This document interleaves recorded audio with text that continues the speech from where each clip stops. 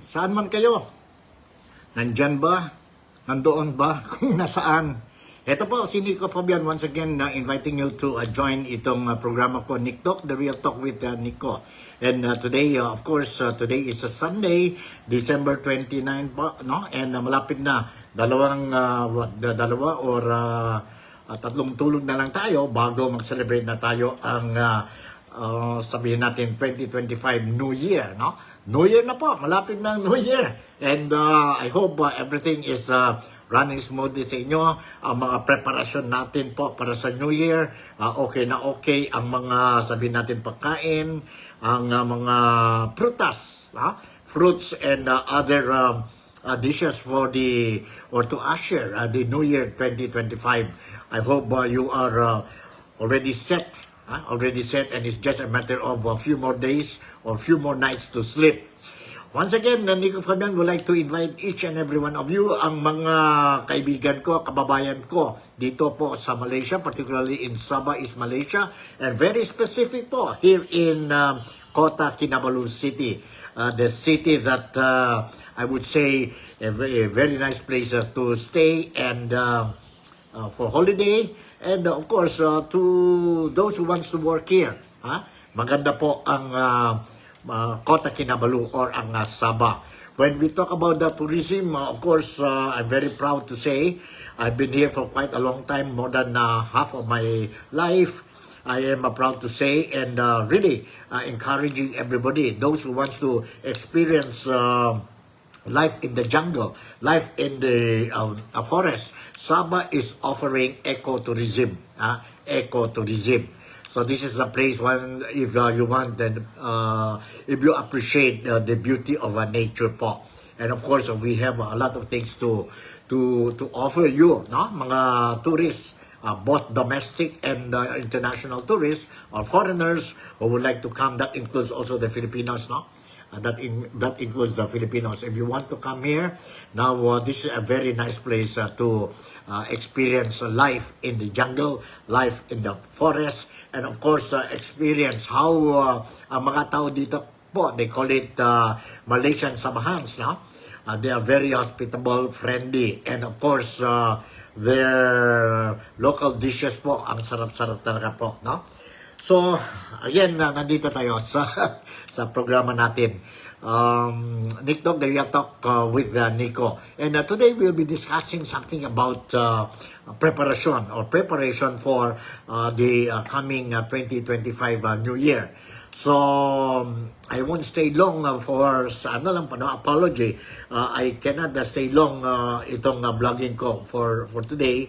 And it is because I have somewhere else to go. And what I'm planning to do today is that I will visit the public markets and groceries, and let's see the prices. Let's see the prices of fruits, no? Of fruits, because normally ang mga Filipinos as well as ang mga Malaysians, no?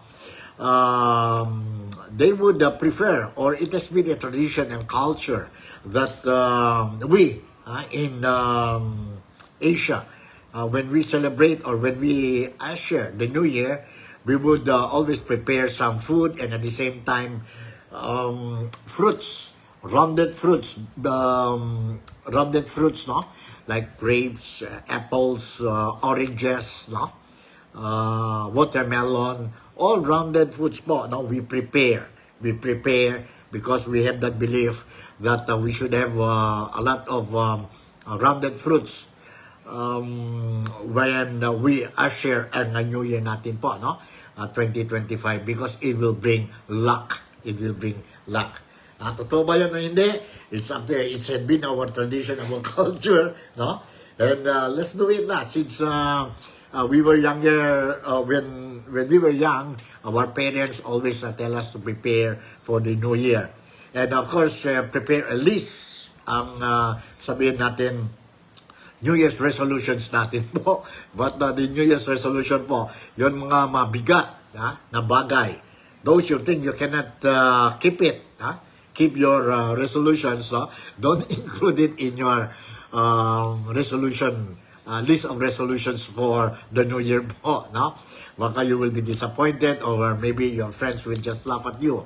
But anyway, it's always good to have this kind of list para at least it will guide us, no? It will guide us.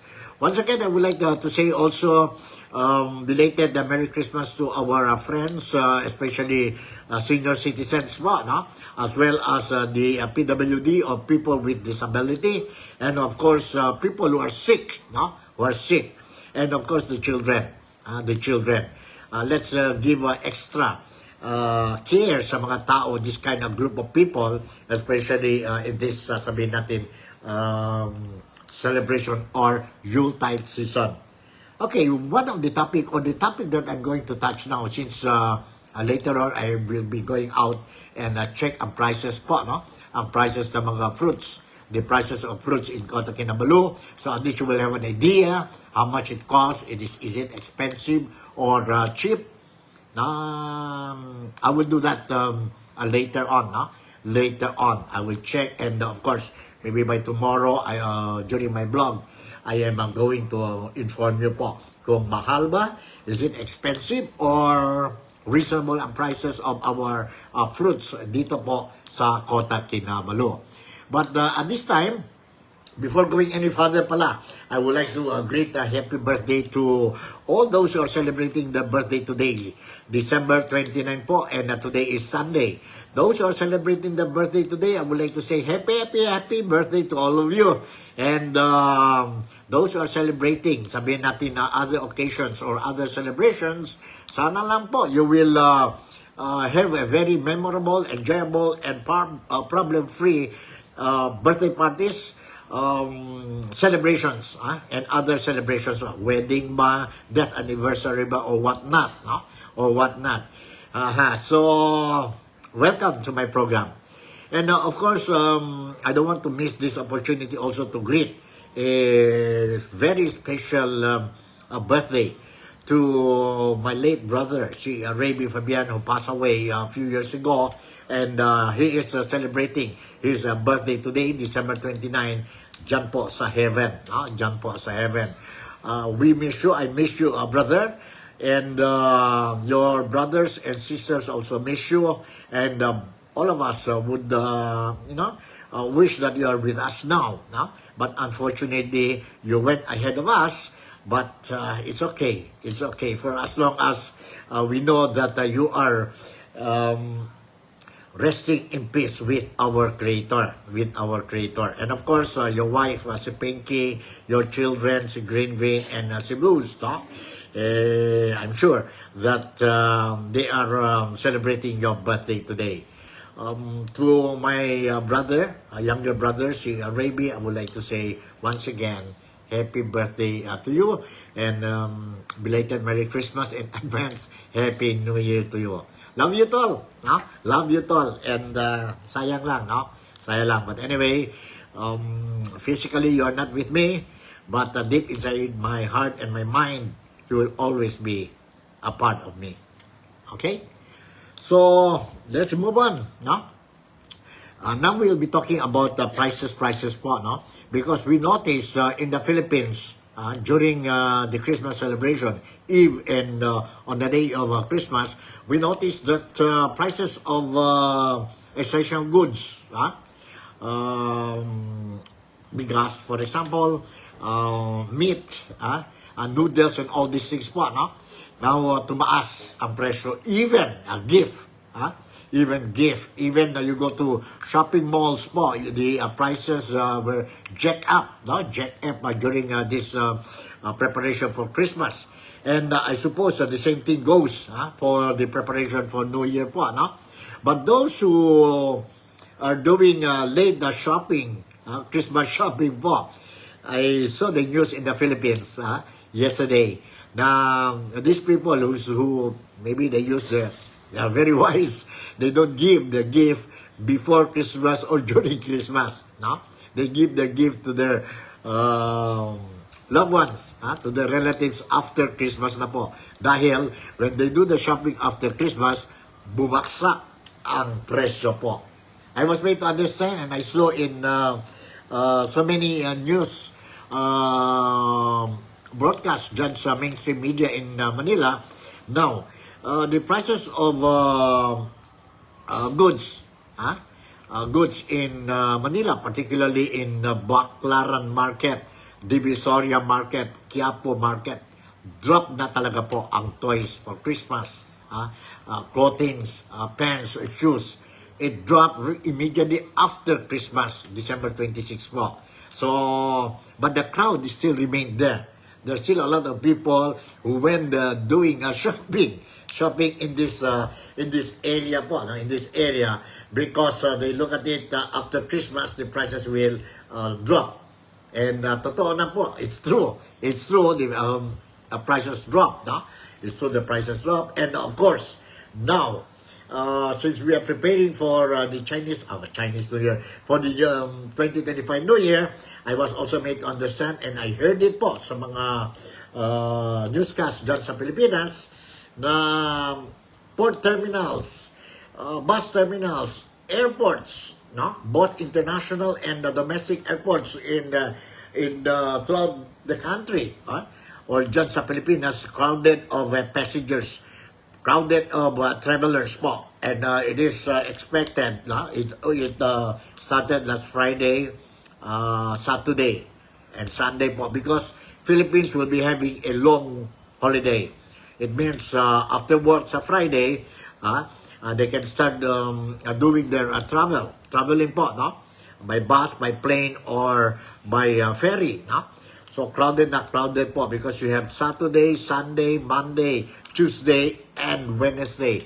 5 days holiday po. It's a long holiday for the Filipinos, no? And they are taking advantage of this 5 days holiday or long holiday to celebrate the New Year, to welcome the New Year with their loved ones, with their families, no? With their families and friends. After which, after the celebration, January 2nd, they will be going back to their respective workplaces po. Sa Manila ba, sa Cebu ba, no? They will be leaving again ang probinsya or municipality or city nila po for a brand new year. For a brand new year and start working again po. For those overseas Filipino workers, yes, all that we have to do is just call them our loved ones, no? Because we cannot physically be with them. But don't forget to give them a tinkle, give them a call, and greet them New Year, and give them whatever, greetings or wishes that you want to pass to them, no? Pass to them. Prolong your patience. You are doing it for the sake of your loved ones you temporarily left behind in the Philippines. Ito po para sa mga overseas Filipino workers. I know it's not difficult, but all for the sake of love to our loved ones we left temporarily behind in our motherland. Prolong your patience. And yes, today or this morning, I attended ang Sunday Mass natin dito po sa Kota Kinabalu. Particularly, I attended ang Kota Kinabalu Sacred Heart Cathedral. Ang dami pong tao, no? Ang dami pong tao, and I see different kind of people, Malaysians, as well as fellow countrymen, mga Filipinos po, no? And noticeable, very noticeable po, very noticeable ang exchange of greetings, exchange of greetings from among the parishioners, normal practitioner po. So I met quite a number of Filipinos, friends and new acquaintances, and we exchanged greetings of Christmas and New Year. And of course, everybody apparently is busy for the preparation of the New Year.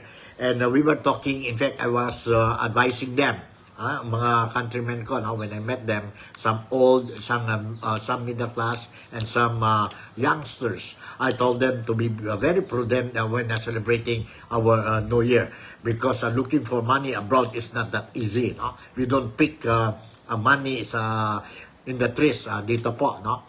It has to take long patience, a lot of sacrifices. No? A lot of sacrifices. So, one thing good lang, sabi ang mga Filipinos dito po, the exchange rate maganda ngayon po, no? Maganda ngayon.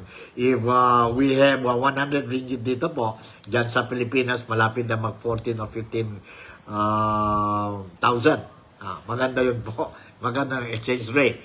But those who are receiving, mga recipients ng mga remittances namin dyan sa Pilipinas, medyo they feel na it is still heavy despite they receive this amount from their loved ones, because ang prices in the Philippines continue to be on the uptrend or increasing po, no? Increasing. So, sige lang. Whatever we can do, we just do all for the sake of love, hope, and joy para sa ating lahat. Okay, let's talk about prices ngayon. And of course, whether you like it or not, ang mga tao sa Pilipinas, walang celebration kung walang lechon. Yung ba yan po? Dari dulo. Since time immemorial, whenever we have big occasions like Christmas, New Year, birthdays po, Filipinos would always celebrate these occasions with itong favorite sa table po, no? Ito po. Sisig.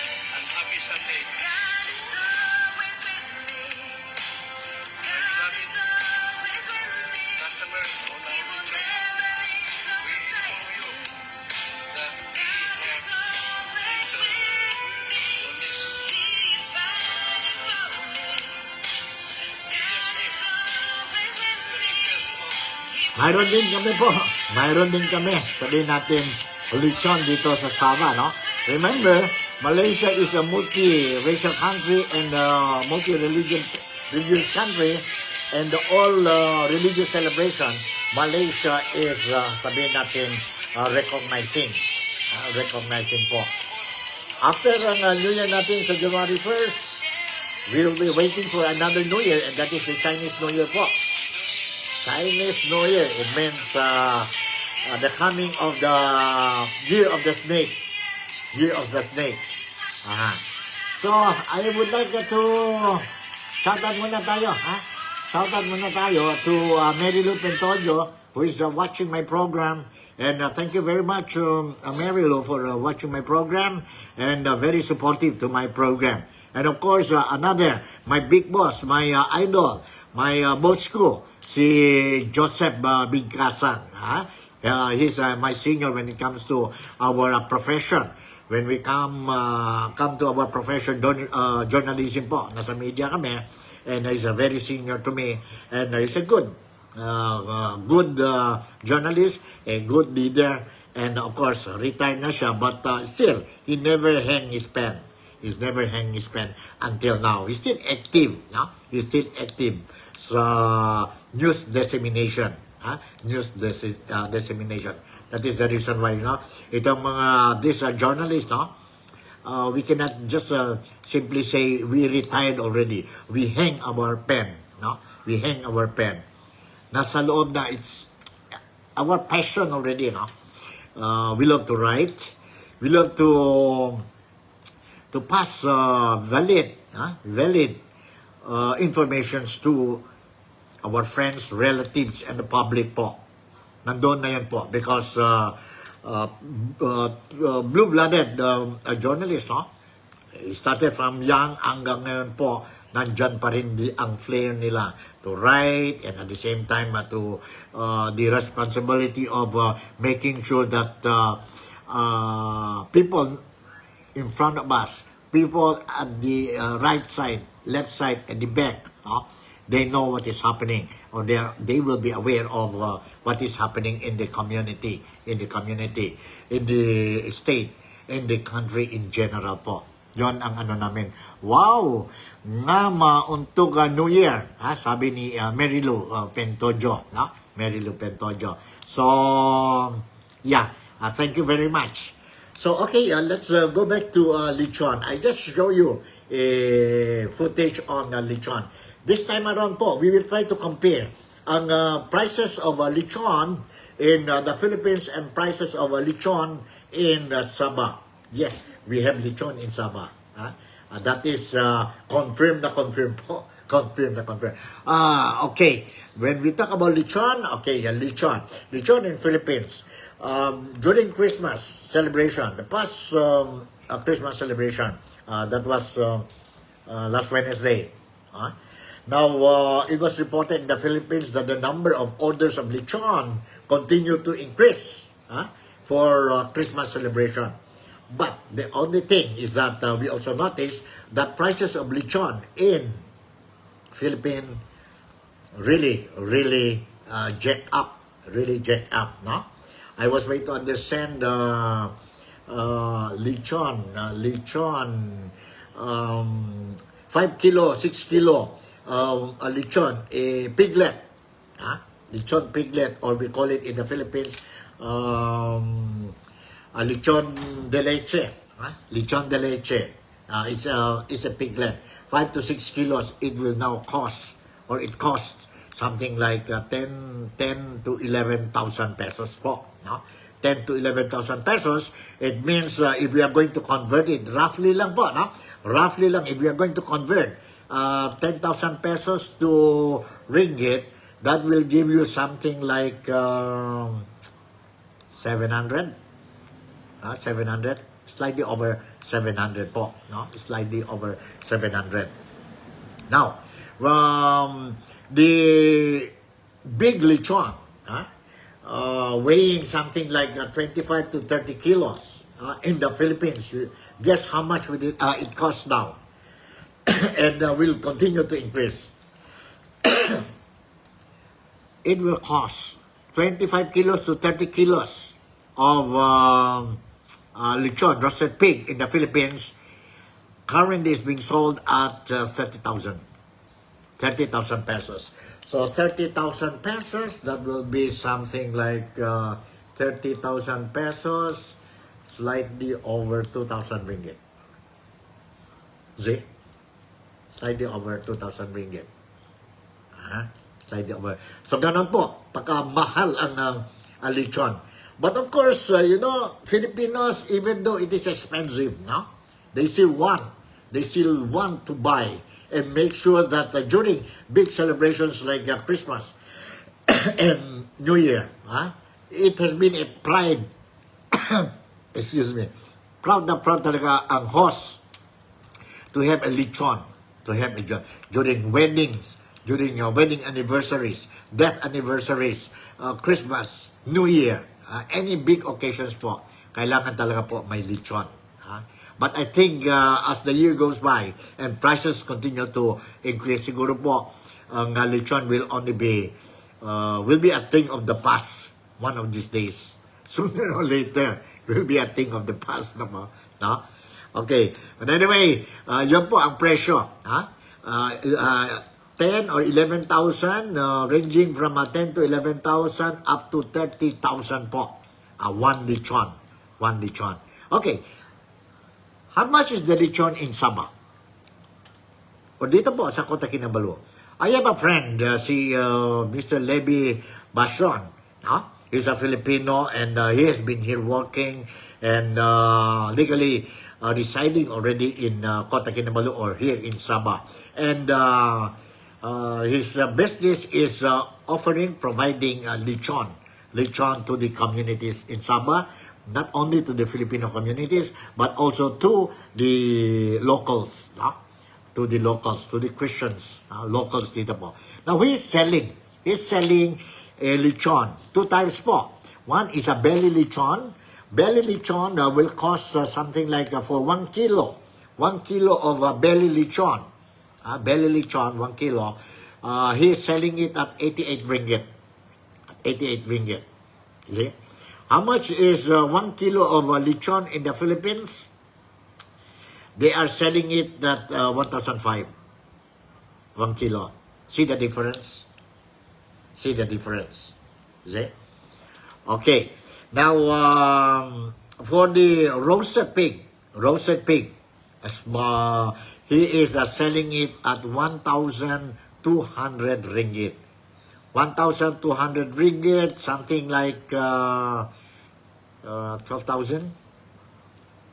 Let's say roughly around 12,000 pesos. No? 12,000 pesos. But this time around, your 12,000 pesos is not 5 to 6 kilos. No?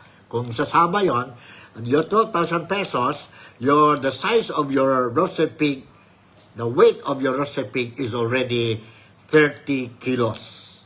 30 kilos na po. 30 kilos already. So see the difference. See the difference po. No? But those who just want to have a little of just taste the lechon during occasions here in Sama, here in Kota Kinabalu, you can just buy the pork belly lechon, and it will only cost you something like 88 ringgit. 88 ringgit po. No? And for friends of Levi, he was telling me, Sir Nick, special price for our friends and relatives, I'm only giving it at 88 for Christmas and New Year celebration.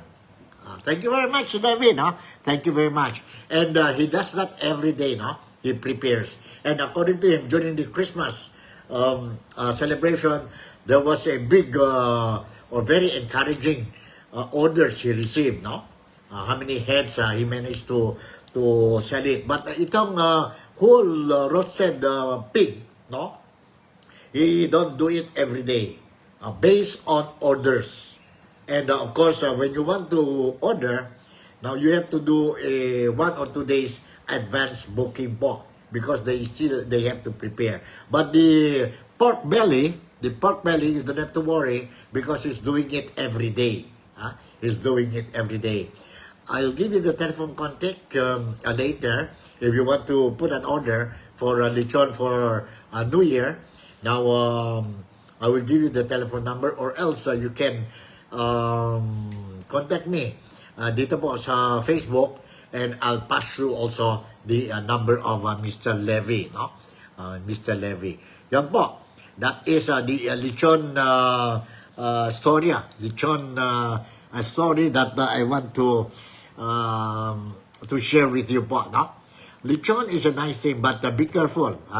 Those like senior citizens like me, senior citizens like my idol, si Joseph, no? You're already a senior citizen. Just be careful when when you eat your lechon, no? Your lechon, especially fats, no? Try to avoid the fats. I'm not saying you don't eat lechon this celebration, because after all, we don't eat everyday lechon, you know? We don't eat lechon every day. You can have, but moderately, sikit-sikit saja. Sikit-sikit saja. Right? Just to have the taste, no? And, just for the sake of just eating it, tasting the taste of lechon, and for the sake of Christmas and the New Year celebration. Ingat lang. Those are having diabetes, heart problems, high blood, and all these things, my advice is you better be careful, no? Be conscious, health conscious po. Be conscious in your intake of food, especially meat, especially during this celebration. Not only Christmas, New Year, but also Chinese New Year po. Ingat-ingat lang tayo po, no? Ingat, even beef also. It's a very, if we don't control, then we might have or encounter health problems po, no? Health problems. And of course, Filipinos are known for celebrating without liquor, without alcohol. The celebration will not be completed. Will not be completed. Now, if you're doing that this coming New Year, tomorrow, Tuesday Eve, while waiting for the clock to strike 12, if you're drinking alcoholic drinks, please do it moderately po, no? And put it in your stomach, not in your head, para wala tayong problema po, no? Avoid trouble during celebrations, no? Be happy, and don't provoke any trouble po, so that your party will not be or you won't be disappointed po, no? You won't be disappointed. Ganun lang yun po. And as we prepare for the coming of the New Year, also as a reminder for all my countrymen, overseas Filipino workers in Sabah, particularly here in Kota Kinabalu. Now, please, if you want to light the firecrackers, make sure that the firecrackers that you will be lighting are safe. Are safe. And in fact, it's banned, it's banned. But make sure po, you are safe. Because we experienced in previous years, especially in Philippines, in Manila, a lot of victims of firecrackers every year being registered.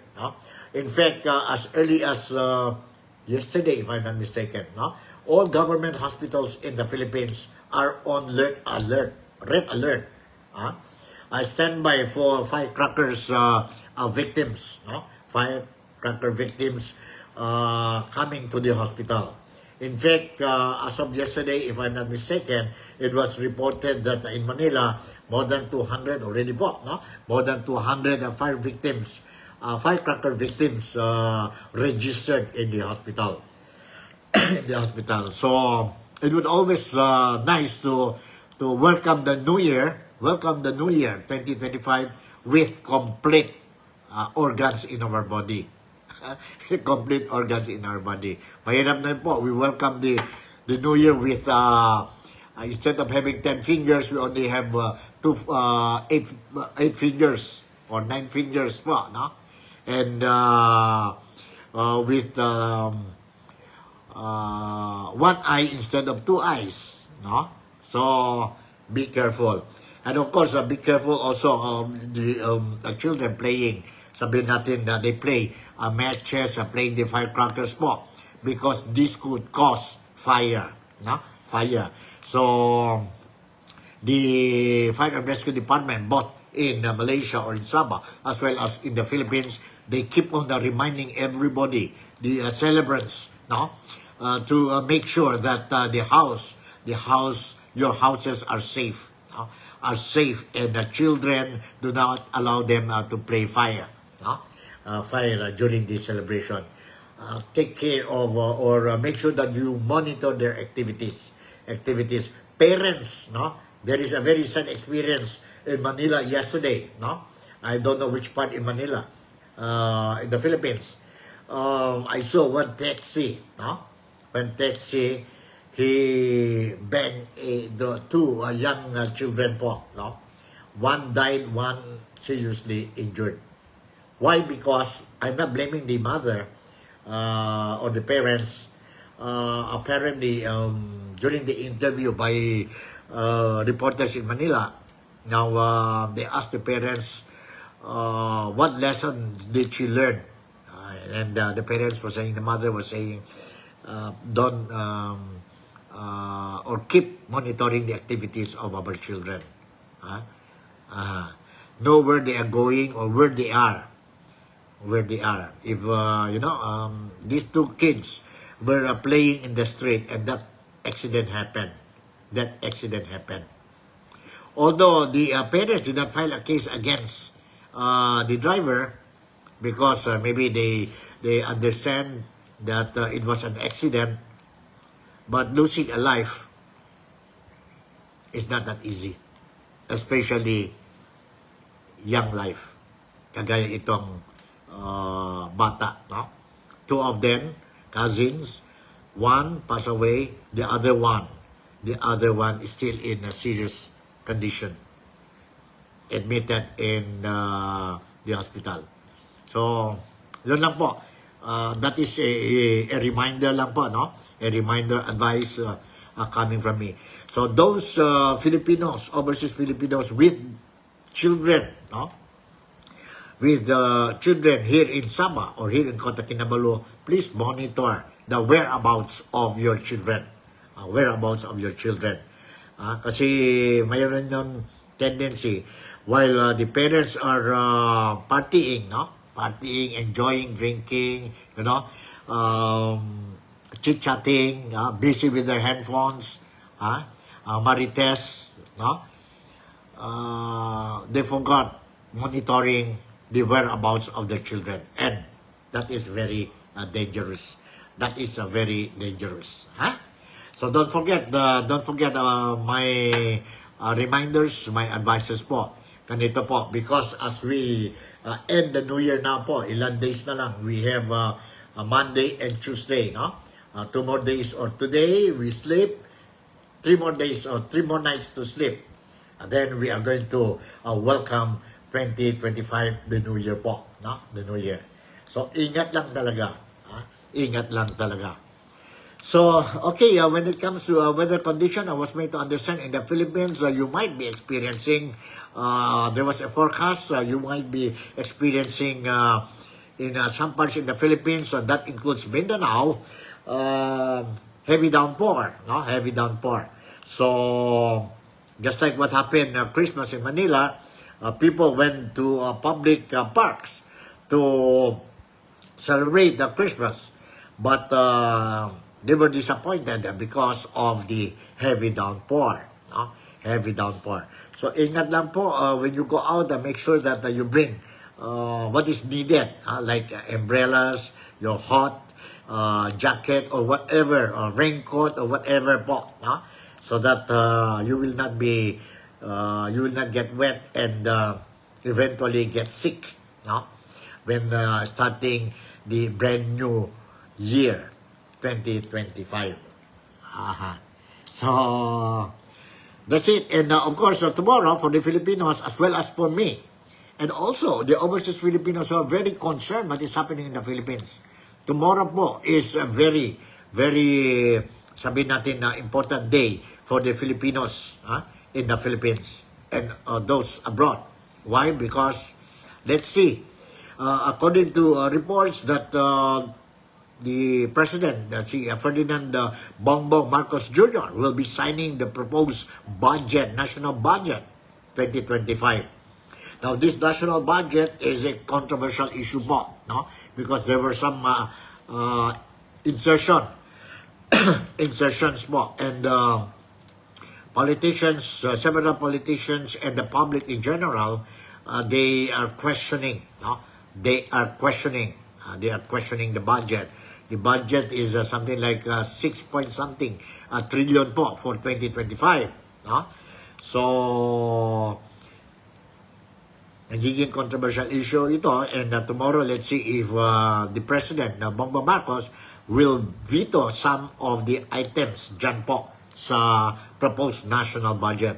We will wait until tomorrow po. We will wait until tomorrow and let's see what will happen in the Philippines. In the meantime, let's all pray and hope that the President will be in his right mind of thinking, no?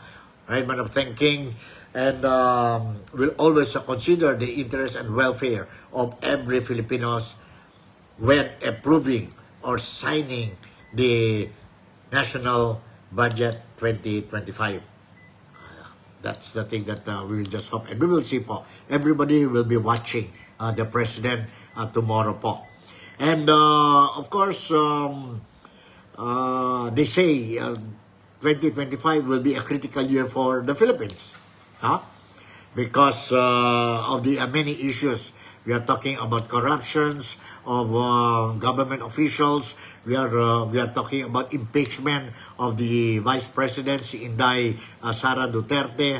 We are talking about filing a case against former President Rodrigo Roa Duterte on the war against drug during his term as the chief executive of the country. We are talking about a very big protest rally. Is it protest rally or prayer rally?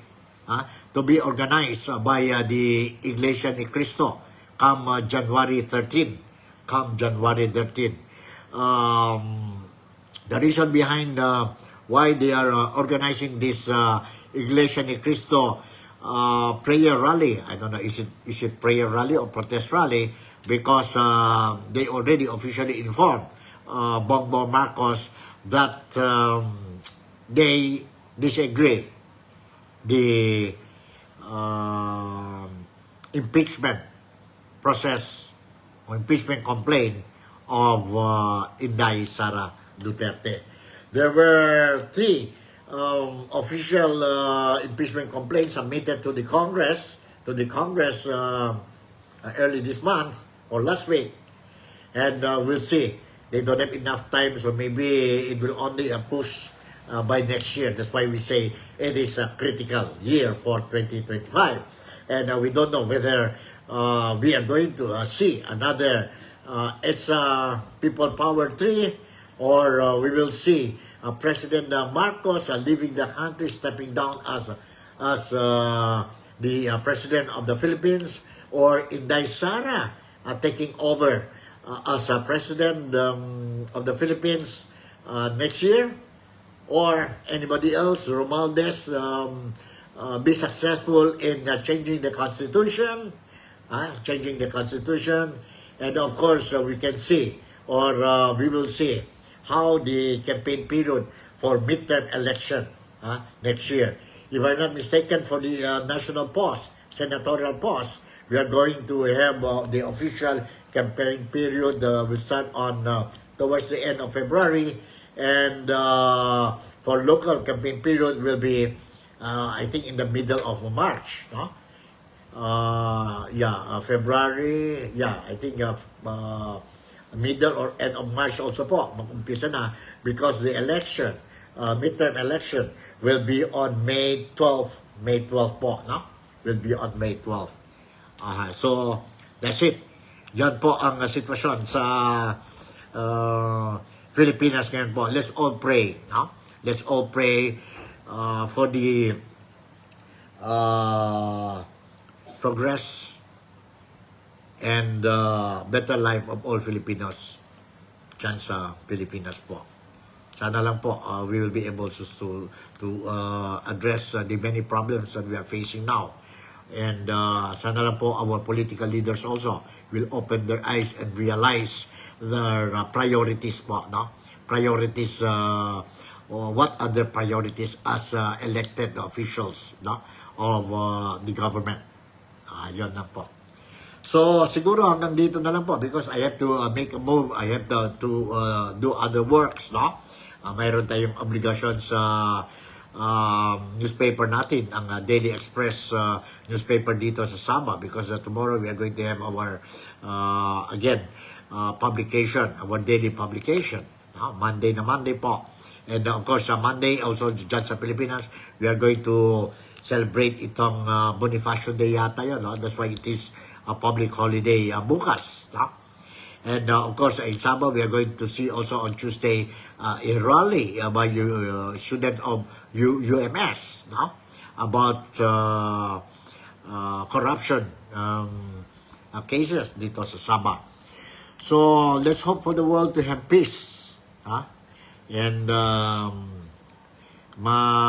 let's hope to end itong mga war. Currently, ang war in Ukraine and Russia, Israel, and the Palestinians, and some eastern countries na po, no? Sana lang po we'll be able to address this problem, as well as the dispute between China and the Philippines dyan sa West Philippine Sea. Ang daming problema po, no? We have a lot of problems. And yes, let's pray, and let's thank God and our government, Malaysian government, the Philippine government, for at least in whatever ways, no, protected their people during the year 2024, as we await for the coming of the new year later this week. So hanggang dito na lang po, si Nico Fabian, and once again, Nico Fabian would like to say thank you very much for making me a part of your day-to-day. Malaysia, Sabah, the Philippines. God bless us all. Thank you very much. I love you, and see you tomorrow. Bye.